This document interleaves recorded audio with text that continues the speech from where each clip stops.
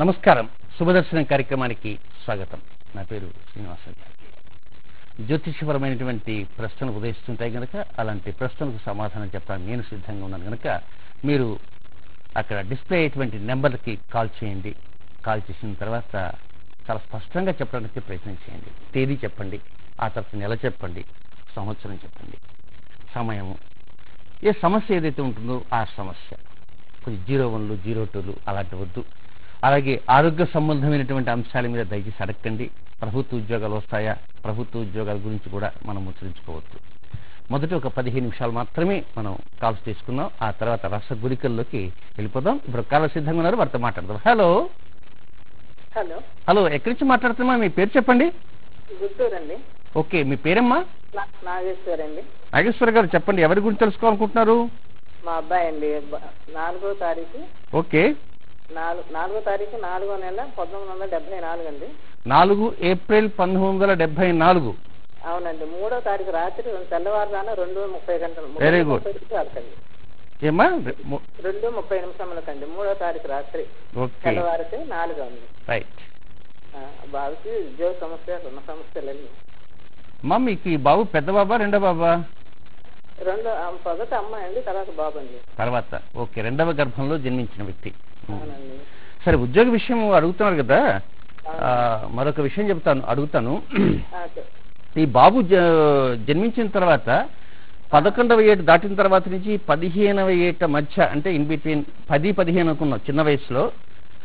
ఆ వయసులో ఈ బాబుల గురించి ఏమన్నా ఆరోగ్యపరంగా మీరు ఏమన్నా ఎక్కువ జాగ్రత్తలు తీసుకోవలసిన వచ్చినటువంటి సమయం ఆసన్నమైంది? ఆ సమయంలో ఏం లేదండి, అలాంటిదంటే ఏమీ లేదు. ఓకే ఓకే, ఎందుకు అడుగుతున్నానంటే అమ్మా, జస్ట్ కొన్ని ఒక్కసారి 10వ సంవత్సరం నుంచి 15వ సంవత్సరం మధ్య కనుక రాకపోతే అలాంటి సమస్య తర్వాత వచ్చేటువంటి అవకాశాలు ఉంటాయి 42వ సంవత్సరం నుంచి 44వ సంవత్సరం మధ్య.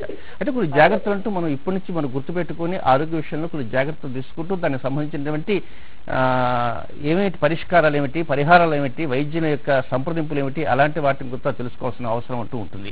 ఇక ఉద్యోగ విషయం గురించి తెలుసుకోవాలి కనుక ఉద్యోగము ఆరోగ్యము రెండింటికి ఒకే స్థానము. అంతేకాకుండా జ్యోతిషాస్త్రంలో 4వ స్థానం అంటే తల్లి స్థానము అంటారు. మీ యొక్క వివరాలు కూడా ఈ స్థానంలో తెలుస్తూ ఉంటాయి కనుక ఏది ఏమైనప్పటికీ అనుకూలమైన పరిస్థితులు రావడానికి 2016వ సంవత్సరం అంటే ఇదే సంవత్సరం మే నెల 5వ తేదీ సాయంకాలం నుంచి యోగం ప్రారంభమవుతుంది. మే నెల 5వ తేదీ సాయంకాలం నుంచి యోగం ప్రారంభమవుతుంది. ఆ యోగం డెవలప్మెంట్ కావడానికి నవంబర్ నెల వస్తుంది. అంటే మే నుంచి వచ్చినటువంటిది యోగం వచ్చినప్పటికీ కూడా పూర్తి స్థాయిలో మీరు ఆ యోగాన్ని అనుభవించడానికి, పొందటానికి అనువైనటువంటి అవకాశం స్థిరస్థాయిగా ఉండటానికి అవకాశం అంటూ నవంబర్లో ఉంటుందమ్మా. ముఖ్యంగా మంచి అనుకూల పరిస్థితులు వస్తాయి, దిగులు చెందాల్సిన అవసరం లేదు. కానీ ఏది ఏమైనప్పటికీ కూడా 42వ సంవత్సరం నుంచి 45వ సంవత్సరం మధ్య వచ్చేటువంటి విషయాల మీద ఇప్పటి నుంచి కూడా ఒక అవగాహన అనేది ఉండాల్సిన అవసరం ఎంతైనా ఉంది. మరొక సిద్ధంగా ఉన్నారు, వారితో మాట్లాడదాం. హలో హలో హలో ఎక్కడి నుంచి మాట్లాడుతున్నా? కొంచెం పెద్దగా మాట్లాడండి. మీ పేరు చెప్పండి. మాది ఉయ్యూరండి. నా పేరు దయామణి. దయామణి గారు చెప్పండి, ఏం తెలుసుకోవాలనుకుంటారు? డేట్ ఆఫ్ బర్త్ చెప్పండి. 16/5/1983 సార్. 16 ఫిబ్రవరి మే నెల సార్. మే నెల. ఓకే, 16/5/1983. 1983 అమ్మా, చెప్పండి. సోమవారం సార్. టైం చెప్పండి. సాయంత్రం 6:45 సార్. సాయంత్రం 6:45 చెప్పండి. దయామణి గారు, ఏం తెలుసుకోవాలనుకుంటున్నారు? 5:45 సార్. 5:45. ఓకే, కొంచెం వినపట్టలేదు తల్లి, అందువల్ల 1-2 సార్లు అడుగుతున్నాను. చెప్పండి. నా గురించి తెలుసుకోవాలనుకుంటున్నాను. అదే, మీ గురించి ఏం తెలుసుకోవాలనుకుంటున్నారు? నా వృత్తిలో ఏ అభివృద్ధి లేదు సార్. నేను టైలరింగ్ చేస్తూ ఉంటాను. అది నా లైఫ్ కూడా చాలా అస్తవ్యస్తంగా ఉంది. విడాకులు వస్తాయని ప్రయత్నించాను, అది రాలేదు సార్.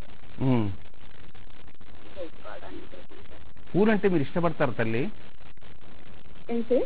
పూలు పెట్టుకుందామనేటువంటి ఆలోచన అప్పుడప్పుడు బాగా బలీయంగా ఉంటుందా, ఏదో సాదాసీదాగా ఉంటుందా? పెట్టుకోవాలని ఉంటుందంటారా? పెట్టుకోరా? అర్థం కాలేదు సార్ నాకు. మీకు మల్లెపూలు కానీ, జాజి పూలు కానీ, కనకాంబరం పూలు కానీ, గులాబీ సార్ పెట్టుకోవాలనుకున్నా పెట్టుకోండి సార్. పెట్టుకోవాలన్నా పెట్టుకోండి సార్. అది ఎందుకు పెట్టుకోకూడదు? మీరు పెట్టుకోవాలని అనుకున్నప్పటికీ పెట్టుకోలేదు, ఎందుకు? కారణం ఏంటి? దాన్ని బట్టి మీ విడాకుల విషయం నేను చెప్తా. అవి పెట్టుకుంటే నాకేదో ఆపశకునం తోచినట్టుగా ఉంటుంది సార్. ఆ రోజంతా అసలు బాగోదు. ఓకే ఓకే ఓకే ఏ పనులైనా ఆటంకం వచ్చినట్టు ఉంటుంది. దానివల్లే నాకు ఆటంకం వచ్చిందేమో అనిపించింది సార్. ఓకే ఓకే సరేనమ్మా, మరొక చిన్న విషయం కూడా అడుగుతాను. వారం మొత్తం మీద శిరస్నానం చేస్తారు కదా, శిరస్నానం ఎప్పుడన్నా ఈ లేటెస్ట్గా వచ్చేటువంటి షాంపూలు చేస్తుంటారా, కుంకుడుకాయలు చేస్తుంటారా? లేటెస్ట్ షాంపూస్తోనే చేస్తాను సార్. ఓకే, నేను ఒక పరిహారం చెప్తాను, ఆ పరిహారం పాటించిన ప్రయత్నం చేయండి. ఏం చేస్తానంటే మీరు అడగంగానే నేను ఫ్రాక్షన్ ఆఫ్ సెకండ్స్ వెళ్ళిపోతాను లోపలికి. ప్రధానంగా ఏంటంటే మీరు పూలు అంటే ఇష్టపడలేదు. ఇప్పటికైనా సరే కనీసం ఒక శుక్రవారం రోజైనా సరే ఏ కనకాంబరం పూలు, జాజి పూలు, మల్లెపూలు ఏదో ఒక పువ్వు తలలో పెట్టుకోవడానికి ప్రయత్నం చేయండి. ఏదైతే మందార పువ్వైనా సరే కనుక పెట్టుకుని అలా ధరిస్తూ ఉండండి. దీనితో పాటు ఏంటంటే శుక్రవారం రోజున మీరు షాంపూతో స్నానం చేసినప్పటికీ ఆ షాంపూలు కొద్దిగా కుంకుమ రసం జోడించండి. ఎందుచేతనంటే చిన్నపాటి లోపము ఈ శిరస్సులో ఉన్నటువంటిలో ఉన్న సమస్య ఉంటుంది. దాన్ని ఎలాబరేట్ చేయాలంటే ప్రస్తుతం సమయం చాలదు. ఆ సహస్రానికి అంటే ఈ షట్చక్రాల్లో పైన సహస్రాలు ఉంటుంది. ఆ సహస్రాన్ని కప్పి ఏముంటుందంటే కేశ సంపద ఉంటుంది. ఆ కేశ సంపదలో కొన్ని లోపాలు అంటూ ఉన్నాయి. ఆ లోపాలకి తగినటువంటి విరుగుడు కావాలి. లేకపోతే కొన్ని సమస్యలు వచ్చి విడాకులు రాకపోవటం కానీ, లేక సుఖశాంతంతో ఉండకపోవటం కానీ, ఇలాంటి సమస్యలు అంటూ వస్తుంటాయమ్మా. కనుక ప్రతి శుక్రవారం కూడా చక్కగా ఏదో పూలని ధరిస్తూ ఉండండి. దాంతో పాటు అవకాశం ఉంటే కుంకుడుకాయలతోనే స్నానం చేయండి ఆ శుక్రవారం. మిగతా రోజుల్లో మాత్రం షాంపూలు చేసిన ఆ కుంకుడుకాయ ఒక దేవతా వృక్షం. దాని విషయాలు కూడా మనం రసగులికల్లో వస్తుంది. కుంకుడు చెట్టు కదా, రేవు చెట్టు, పరికమాల చెట్టు, చేదు చెట్టు అనుకోవద్దు. అద్భుతమైన దేవతా వృక్షం అది. ఒక నక్షత్రం వారికి అనుకూలమైన వృక్షం. కనుక అలాంటి కుంకుడుకాయ రసాన్ని కొద్దిగా జోడించి తలస్నానం చేస్తూ ఉండండి. మంచి అనుకూల పరిస్థితులు 9 మాసాల తర్వాత ప్రారంభమవుతాయి. అంటే ఆ పరిస్థితులు ప్రారంభమైన తర్వాత డెవలప్మెంట్స్ అనేవి స్టార్ట్ అవుతాయమ్మా. దయామణి గారు మరొక కాలం సిద్ధంగా ఉన్నారు, వారితో మాట్లాడదాం. హలో హలో, నమస్తే అండి. నమస్తే, ఎక్కడి నుంచి మాట్లాడుతున్నామా? మీ పేరు చెప్పండి, ఊరు చెప్పండి. వైజాగ్ నుంచి. నా పేరు మంగమ్మ అండి. మంగమ్మ గారు చెప్పండి. మా అబ్బాయికి వస్తామండి, Chandrashekhar. Chandrashekhar, date of birth చెప్పండి. 17 మే 91 అండి. 17 మే 91. టైం రాత్రి 10:40 అండి. అదే ఆరుద్ర 4 చూసుకుంటున్నాం అండి. కొందరు పునర్వాసం 1 అంటున్నారు, మేము ఆరుద్ర 4. మీరు కంప్యూటర్లో ఏం వేశారు? కంప్యూటర్లో వేస్తే ఏమొచ్చింది? కంప్యూటర్ అది మేము చూడలేదు సార్. అప్పుడు పంతులు గారు చెప్పడమే ఆరుద్ర 4వ పాదం అని చెప్పారు. అప్పుడు 12:30 వరకు ఆరుద్ర 4వ పాదం ఉందన్నారు. అదే చూసుకున్నారు. పాప పేరు కూడా చంద్రశేఖర్ అని అందుకే పెట్టాం సార్. అందరూ పునర్వాసం 1వ పాదం అంటున్నారు సార్. ఓకే ఓకే, ఇదే వైజాగ్ లోనే పుట్టాడండి. ఏమ్మా? వైజాగ్ లోనే పుట్టాడు. ఎంటెక్ చేస్తున్నాడు. 5 నెలలకు అయిపోతే జాబ్ ఎప్పుడు వస్తుంది, ఈ సంవత్సరం తనకి ఎలా ఉంటుందో అడుగుదాం స్వామి. ఓకే ఓకే, ముందు మీరు పునర్వసు ఆరోగ్య గురించి కొంచెం క్లారిఫికేషన్ ఇస్తాను. పరీక్ష కూడా అవసరము. చాలా మంది ఏంటంటే వారి యొక్క జన్మ నక్షత్రాలు తెలుసుకోకుండా అలాగే ఆ తర్వాత వివాహ ముహూర్తాలు, ఉపనయన ముహూర్తాలు, గృహప్రవేశ ముహూర్తాలు ఇలాగ పెట్టుకుంటారు. మీరు పునర్వసు నక్షత్రం చూసుకునే ప్రయత్నించండి. అనుకూల పరిస్థితులు అతి త్వరలో ప్రారంభమవుతుంటాయి. అయితే ముఖ్యంగా అమ్మ మంగమ్మ గారు, మరి ఇంకొక మాట చెప్తాను. ఎప్పుడైనా బాబుకు ఆదివారం పూట మాత్రం ఈ పులుపుగా ఉండేటువంటి పదార్థాలు మాత్రం వడ్డించకండి. వీలైనంత సాంబార్ కానీ, చిత్రాన్నం కానీ ఇలాంటి పులుపు పదార్థాలు తగ్గించేటువంటి ప్రయత్నం చేయండి. పులుపుని వీలైనంత వరకు ఆదివారం అవాయిడ్ చేయడానికి ప్రయత్నం చేయండి. మిగతా రోజుల్లో 1-10 సార్లు దట్టంగా పట్టించినా కూడా ఇబ్బంది అంటూ ఉండదు. అనుకూల పరిస్థితులు తప్పకుండా రాబోతున్నాయమ్మా. మరొక 9 లేక 10 మాసాలు వస్తుంటే మీరు వీలైనంత వరకు ఆదివారం అవాయిడ్ చేస్తూ ఉంటే డెవలప్మెంట్స్ త్వరగా వస్తుంటాయి. మరొక కాలం సిద్ధంగా ఉన్నారు, వారితో మాట్లాడదాం. Hello sir. హలో, ఎక్కడి నుంచి మాట్లాడుతున్నారండి? మీ పేరు చెప్పండి. సార్ నా పేరు మధు అండి. ఇక్కడ హైదరాబాద్ నుంచి మాట్లాడుతున్నాను. సఫల్గూడ నుంచి మాట్లాడుతున్నాను. మధు గారు చెప్పండి. సార్ నా జాతక సమస్య గురించి ప్రాబ్లం కనుక్కుందామని ఫోన్ చేశాను. చెప్పండి. చెప్పండి. డేట్ ఆఫ్ బర్త్ చెప్పండి. సార్ నా date of birth June 1, 1982 sir. June 1. Okay. 1/6/1982 రాత్రి 10:30. మధు గారు ఏం తెలుసుకోవాలనుకుంటున్నారు? సార్ నా జీవితం మొత్తం ఏది అనుకుంటున్నా సార్. మ్యారేజ్ చేసుకున్నాను, బాబు పుట్టాడు. బాబు పుట్టా కూడా డైవర్స్ అయిపోయింది సార్ నాకు. నేను పేన పక్కన పెట్టానంటే కొంచెం పరిస్థితులు ఆయన ఒక సంకేతం. సార్ మధు గారు సార్, ఒక చిన్న విషయం. మీరు ఎక్కువ కారాన్ని లైక్ చేస్తారా, తీపిని లైక్ చేస్తారా? సార్ నేను స్వీట్ లైక్ చేయను సార్, కారం లైక్ చేస్తాను. సరే, కారం కూడా పగలు రాత్రి భోజనం చేస్తుంటాం కదా. అవును సార్. సరే, పగలు ఒక విందు భోజనం ఉండొచ్చు, రాత్రి ఒక విందు భోజనం ఉండొచ్చు. ఒకవేళ పగటి విందు భోజనం వెళ్ళినప్పుడు ఎక్కువ కారం తింటారా, రాత్రి విందు భోజనం కొట్టి ఎక్కువ కారం తింటారా? సార్ రాత్రి పూటనే ఎక్కువ తింటాను నేను. రాత్రిపూట ఎక్కువ తింటారు. అవును సార్. తీపి తక్కువ తింటారు. తీపి నాకు ఇష్టం ఉండదు సార్, స్వీట్ ఇష్టం ఉండదు నాకు. సరే, మరొక మూడవ ప్రశ్న వేస్తాను. మీరు కూర్చొని పేపర్ గీపర్ లాంటిది ఏదో చదువుతూ ఉన్నారనుకుందాం. ఉన్న ఫలంగా బొట్టన వేలు ఏదన్నా కొద్దిగా బాగా దాన్ని ఏమంటారంటే తిమ్మిరి పట్టంటే అని నేను అన్నగాని ఏదో కొంగర్లో పోయినట్టుగా బొట్టన వేలు ఏమన్నా అట్లా అనిపిస్తుంటుందా మీకు? సార్ నాది చిటికన వేలు అట్లా అవుతుంది సార్. నాది బొట్టన వేలు అనిపించదు, అంటే కొంగర్లో పోయినట్టుగా ఇట్లా బొట్టన వేలు కూడా అవుతుంది సార్, అప్పుడప్పుడు అవుతుంది. ఆ టైంలో అన్బేరబుల్ గా అబా అనేస్తారా లోపల? ఏమనను, మళ్ళీ దాన్ని సెట్ చేస్తాను నేను. సెట్ చేస్తా అంటే అది ఒక అన్బేరబుల్ పెయిన్ లాగా వస్తుంది, ఇలా బెండ్ అయిపోతుంది సార్. మరి డాక్టర్ గారి దగ్గరికి మీరేం చూపించుకోలేదా మధు గారు? చెప్పారు మీకు కొద్దిగా చల్ల తిరిగితే గానీ అలా ప్రాబ్లం వస్తుంటది అన్నారు. చలికాలం ఇట్లా వస్తుంది కానీ ఎప్పుడు లేదు లేదు, మీరు పని చేయండి, మంచి ఎక్స్పర్ట్ అయిన డాక్టర్ గారి దగ్గర వెళ్ళండి. There is a problem. ఏదంటే నేను ఆ విషయం మీద ఈ మొదటి ప్రశ్న రెండో ప్రశ్న డైరెక్ట్ గా ఒకసారి ప్రశ్నకు రావచ్చు, ఆన్సర్కి రావచ్చు. కానీ మధు గారు ఒక మాట, ముందు డాక్టర్ గారిని అడగండి. డాక్టర్ గారు చెప్పేటువంటి వీలైనంత వరకు ఆయుర్వేదం కావచ్చు, అలోపతి కావచ్చు, హోమియోపతి కావచ్చు, ప్రకృతి వైద్యం ఏదైనా ఒక మంచి నిష్ణాతులు డాక్టర్ గారు. ఎందువల్లంటే మీ లైఫ్ పీరియడ్ కావచ్చు, మీ ఆలోచన సరళి కావచ్చు, మీ వ్యవహార సరళి కావచ్చు, ఇక మీ కుటుంబ స్థితిగతులు కావచ్చు, అన్నీ ఆ కాలి బొటన మీద చిటికిన వేలు మధ్యనే మ్యాజిక్ జరుగుతూ ఉంటుంది అనమాట. కనుక ముందు తక్షణం దానికి తగిన జాగ్రత్త తీసుకోవడానికి ప్రయత్నం చేయండి. మరొక చిన్నపాటి రెమెడీ తెలియజేస్తాను. ఏమండి, నాకు కాలు బొటన వేలు అన్ని బాగానే ఉంటాయి సార్. నేను చేతి గురించి చెప్తున్నాను. చేతి గురించి చెప్తున్నారా? చేతి గురించి. మరి రాత్రిపూట భోజనం అన్నారు కదా, వీలైనంత వరకు మీరు రాత్రిపూట ఎక్కువ కారాన్ని లైక్ చేయకండి, పగటి పూట కారాన్ని ఎక్కువ లైక్ చేయకండి. కారాన్ని తగ్గిస్తూ ఉండడానికి ప్రయత్నం చేయండి. ఎనిహో ఇప్పుడు మీరు చేతులు వచ్చాయి, కాళ్ళు కూడా వస్తాయి కూడా. ఇప్పుడు చేతుల వరకే అంటున్నారు, కాళ్ళు కూడా తప్పకుండా వచ్చి 150% కరెక్ట్. కనుక డాక్టర్ చూపించిన ప్రయత్నం చేయండి. అయితే చిన్నపాటి రెమెడీ మాత్రమే తెలియజేస్తాను. రావి చెట్టు ఉంటుంది, అశ్వత్థ వృక్షము అని ఉంటుంది. అశ్వత్థ వృక్షం నీడలో ప్రతి నెలలో కూడా పూర్ణిమ రోజున కనీసం మధ్యాహ్నం ఆ రోజు రాహుకాలం ఏదైతే ఉంటుందో ఆ రాహుకాలం కానీ, లేకపోతే అభిజిత్ లగ్నం అని ఉంటుంది 11 గంటల 45 నిమిషాల నుంచి 12 గంటల 30 నిమిషాల మధ్యకాలంలో ఆ రావి చెట్టు కింద స్థిమితంగా కూర్చోడానికి ప్రయత్నం చేయండి. గాలి పీల్చండి. కనీసం ఒక 15 నిమిషాలు స్థిమితంగా కూర్చోవడం ప్రయత్నించండి. 40 నిమిషాలు అభిజిత్ ఉంటుంది. కనుక ఆ ప్రయత్నం చేస్తూ ఉంటే డెవలప్మెంట్స్ అనేవి వస్తుంటాయి. ఆ డెవలప్మెంట్ ఎట్లా వస్తుంటే మీకు ఆలోచన వస్తుంది, క్రొత్త ఆలోచన వస్తుంది. ఆ క్రొత్త ఆలోచన తగ్గితే వెళ్తూ ఉంటారు. మీరు కారాన్ని తగ్గిస్తుండండి. పులుపుని తినకపోయినా పర్వాలేదు. కారాన్ని పగలు తగ్గించండి, రాత్రి కూడా తగ్గించడానికి ప్రయత్నం చేయండి. ఈ చిన్నపాటి రెమెడీ పాటించండి. డాక్టర్ దగ్గరికి వెళ్ళండి. ఆ తర్వాత ఈ కాలి తిమ్మిర్లు అనేటువంటి త్వరలో వచ్చేస్తాయి. దానికి తగిన నిర్మాణాత్మకమైనటువంటి విధి విధానం ఉంటుంది కనుక ఆ విధి విధానంలో వెళ్ళడానికి ప్రయత్నం చేయండి. మధు గారు మరొక కాలం సిద్ధంగా ఉన్నారు, వారితో మాట్లాడదాం. హలో హలో, ఎక్కడి నుంచి మాట్లాడుతున్నారు? మీ పేరు చెప్పండి. మేము పిఠాపురం మండలం లక్ష్మీ నరసాపురం నుంచి మాట్లాడుతున్నాం సార్. సంతోషం అండి. ఎవరి గురించి తెలుసుకోవాలనుకుంటున్నారు? నేనండి ఆర్థికంగా కొద్దిగా ఎదగాలని తెలుసుకుందాం అనుకుంటున్నానండి.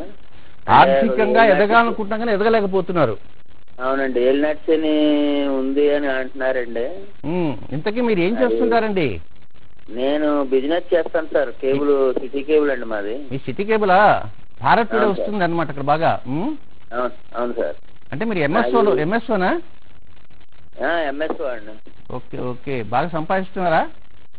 పర్లేదు సార్. అదే అండి ఇప్పుడు సెటా బాక్స్ లో కొద్దిగా నొప్పిగా ఉంది సార్. మా భారత్ వద్ద డబ్బులు తీసుకోవాకండి. దేశం కోసం, ధర్మం కోసం పాటుపడుతుంది. అవును సార్, తెలుసుకోవాలనుకుంటున్నానండి. నాది ఇంతకు మీ డేట్ ఆఫ్ బర్త్ లేదా? ఉందండి. చెప్పండి. 8/7/1973 సార్. 8/7/1973. అవునండి. టైం ఎంత? టైము రాత్రి 9:30 సార్. స్వాతి నక్షత్రం, భారద్వాజ గోత్రం అండి. ఓకే ఓకే, సరే సరే. ఇప్పుడు ఏం ఆర్థిక పరిస్థితి ఒకటే అంటారు, ఇంకేం లేవా? ఏమండి, ఇంకేం లేవా సమస్యలు? అన్ని బాగానే ఉన్నాయండి. ఆర్థిక పరిస్థితి అండి. అంటే ఇప్పుడు మేము ఇంకో బిజినెస్ పెట్టాలనుకున్నామండి. అది కూడా ఏదో జరగాలనుకుంటాను కానీ అవ్వట్లేదు సార్ అది. ఓకే, ఏం వ్యాపారం పెట్టాలనుకుంటున్నారు? అంటే మాది బిజినెస్, సైడ్ బిజినెస్ ఒకటి ఉందండి, అది ఎదగట్లేదండి. ఓకే, అది సైడ్ బిజినెస్ ఏమిటండి? రియల్ ఎస్టేటా? రియల్ ఎస్టేట్ కాదండి, మామూలుగానే ఇదేంటి హోమ్ నీడ్స్ అండి. ఓకే ఓకే, సరే ఏది ఏమైనా ఒక మాట చెప్తాను. మీరు ఏ వ్యాపారాలు పెట్టండి, ఎప్పటికైనా కొంచెం మెడికల్ సంబంధమైనటువంటి వాటి మీద కొంచెం ఇంట్రెస్ట్ చూపించడానికి ప్రయత్నం చేయండి. ఇకపోతే మీకు మంచి అనుకూల పరిస్థితులు, ఏలినాటి శని వెళ్ళే సమయానికి అన్నించి వెళ్ళిపోతుంది. ఏలినాటి శని ఎప్పుడు వెళ్ళిపోతుందంటే 2017వ సంవత్సరం మే నెల 25వ తేదీతో ఏలినాటి శని వెళ్ళిపోతుంది. అంటే 2017వ సంవత్సరం ఫిబ్రవరి నుంచి ఫిబ్రవరి, మార్చ్, ఏప్రిల్, మే ఈ 4 నెలలు మాత్రమే బాండ్ పేపర్ మీద రాసిచ్చి నాయన వెళ్ళొస్తున్నాను, జాగ్రత్తగా సిటీ కేబుల్ నడుపు, ఆ కేబుల్ ఈ కేబుల్ నడుపుకుంటూ మరి కొత్త ఆలోచనలు కూడా ఇస్తుంది. ఆ కొత్త ఆలోచనలు కొంత ఎట్లా ఉంటుందో వైద్య సంబంధమైనటువంటి ఆలోచనల మీద మీరు ఇప్పటి నుంచి దృష్టి పెట్టడానికి ప్రయత్నం చేయండి. వైద్య సంబంధంగా వాటిలో మీరు ముందుకు రాణించేటువంటి అవకాశాలు చాలా ఎక్కువగా ఉన్నాయి. అనుకూల పరిస్థితులన్నీ రావటానికి కూడా 2016వ సంవత్సరం అక్టోబర్ నుంచి వస్తాయి. ఇక మంగళవారం మీకు అనుకూలమైన రోజు కాదు. మీరు ఎప్పుడన్నా వెహికల్ కొనాలనుకుంటే ఎరుపు రంగు కాకుండా మిగిలినటువంటి రంగుల్లో ప్రాధాన్యత ఇవ్వడం ప్రయత్నం చేయండి. మీరు ఎప్పుడైనా భవిష్యత్తు కాలంలో వ్యాపార సంస్థ అద్దెకు తీసుకోవాలన్నా ఇది తీసుకోవాలన్నా దక్షిణం సింహద్వారం ఉన్నటువంటి జోలికి మాత్రం వెళ్ళకండి.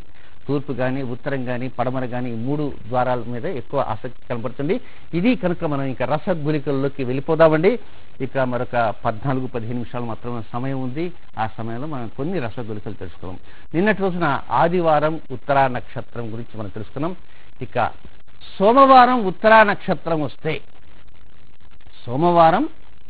నక్షత్రం వస్తే మనం రావి చెట్టు దగ్గరికి వెళ్ళాలి. కనుక ఈ సోమవారం ఉత్తరా నక్షత్రం అనగానే మనం అనుకుంటాం, ఆ సోమవారం ఉత్తరా నక్షత్రం మధ్యాహ్నం వరకు ఉండాలన్నా, సాయంకాలం వరకు ఉండాలన్నా, మీరు ఎప్పుడు వెళ్ళాలనుకుంటారో ఆ సమయానికి ఉండి తీరాలి. మీకు సాయంకాలం 3 గంటలకి కుదిరిందనుకోండి, మీ దగ్గర ఉన్న క్యాలెండర్లో కానీ పంచాంగంలో కానీ ఆ సమయానికి 3 గంటల సమయానికి ఉత్తరా నక్షత్రం ఉందా లేదని గమనించండి. కనుక సరైనటువంటి గణితంతో ఉండేటువంటి పంచాంగాలు మాత్రమే మనకు అవసరము. అవే భారత ప్రభుత్వ ఆమోద గణితమైనటువంటి పంచాంగాలు. దాన్ని దృగ్గణితము అంటారు. మా కాలచక్రం పంచాంగాన్ని, కాలచక్రం క్యాలెండర్ కానీ, రాబోయే గ్రహ పంచాంగాన్ని ఈ దృగ్గణితమే మాత్రమే ఉంటాయి. ఇవి సరైనటువంటివి, శాస్త్రీయమైనటువంటి, ప్రామాణికమైనవి. మేము ప్రచారం చేసుకోం కదా, ప్రజల కోసం, ప్రేక్షకుల కోసం నేను తెలియజేస్తున్నాను. అయితే ఆ ఉత్తరా నక్షత్రం సోమవారం నాడు ఉన్నటువంటి సమయంలో మీరు తీరుబడి చేసుకుని రావి చెట్టు దగ్గరికి వెళ్ళాలి. అయితే రావి చెట్టు దగ్గరికి వెళ్ళే సమయంలో మీరు నిన్నంటే ఉప్పు తీసుకుపోయినారు, ఏది ఆదివారం. కానీ ఇప్పుడు బెల్లం ముక్క మాత్రం చిన్న బెల్లపు ముక్క తీసుకుపోయింది. ఎంత ఉండాలంటే కనీసం అది ఒక 20 గ్రాములు, అంతకంటే ఎక్కువ అక్కర్లేదు. ఎక్కువ తీసుకుపోతే ఏమన్నా ఇబ్బందా అంటే ఇబ్బందే, కానీ మరీ అంత పెద్ద పెద్ద గడ్డలు తీసుకుపోకండి, చిన్న గడ్డ మాత్రం తీసుకోండి. అయితే ఇక్కడ గర్భవతులుగా ఉన్నటువంటి వారు మాత్రం వెళ్ళద్దు. అయితే నిన్న ఆదివారం దాంట్లో చెప్పటం మర్చాను, నిన్న అయితే ఎవరైనా వెళ్ళవచ్చు, 9వ మాసం జరుగుతున్న వారైనా వెళ్ళవచ్చు. సరే, ఎటు తిరిగి ఋతు సభలో ఉన్నవారు ఎవరు వెళ్ళరు కూడా.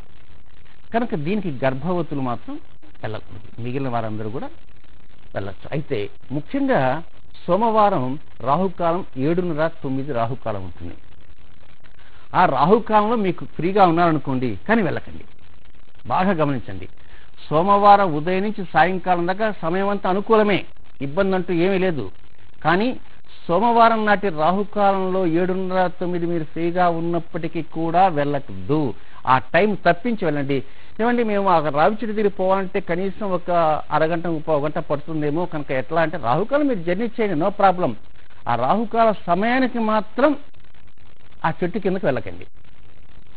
ఎందుకు అంటే దానికి వేరే ఒక ముఖ్యమైన విషయం ఉంది, అది మనకు ఇప్పుడు అప్రస్తుతం, తర్వాత ఇప్పుడు అవకాశం నేను చెప్తాను.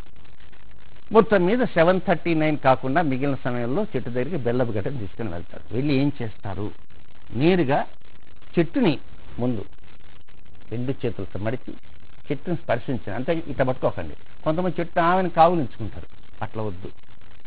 అయితే ఇలా పట్టుకుండే సమయంలో ఒక చిన్న జాగ్రత్త తీసుకోవాలి. ఇప్పుడు చెయ్యిలా ఉంది కదా, ఇందులో ఈ మధ్య వేలు, మధ్య మాంగులి అన్నిటికంటే కొంచెం ముందు ఉంటుంది. అలాగే కుడి చేతి, ఎడమ చేయి, ఈ 2 చేతులు ఇలా పెట్టినప్పుడు ఈ మధ్య వేలు మాత్రమే టచ్ చేయండి. బాగా గుర్తుంచుకోండి,